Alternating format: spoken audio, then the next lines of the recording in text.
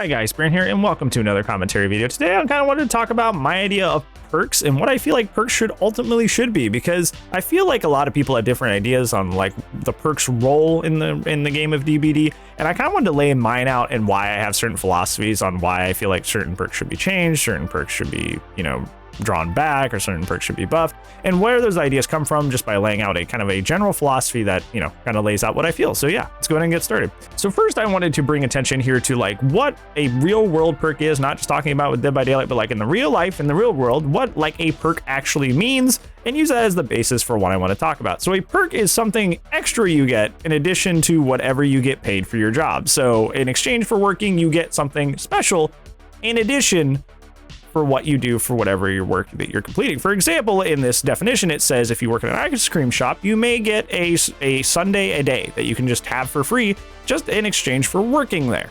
It's not your pay stub, it's not your benefits, but it is just something nice that's just added on top. That's just a nice little thing that helps you get through the day, that makes you feel a little bit more appreciated. And I think if we take that and we bring that over to Dead by Daylight, I feel like perks don't really do that in Dead by Daylight. Perks often either completely win the game for you, or they're mostly just entirely useless, which is sad, very, very sad.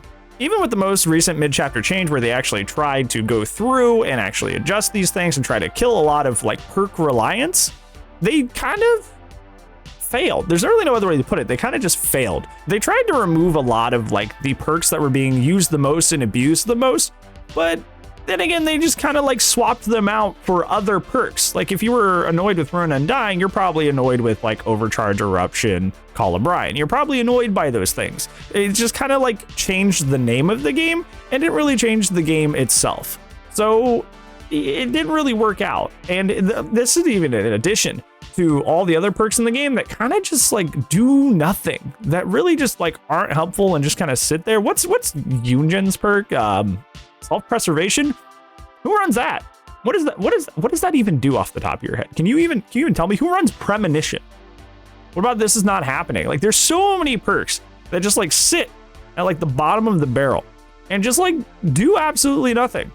The perk is pointless. It's not helpful at all. It's not a benefit, period. It just kind of sits there at the bottom and does nothing. And then you have other perks at the top, like hyper focus, that are just like literally plowing through gens really quick and kind of winning the game for you. And it just like, it gets frustrating at a certain point that this like the literal definition of a perk is something that's just supposed to be additional, something that is just a benefit on top of what you're doing. It is not the main thing that you should be getting in return for your job, for your work.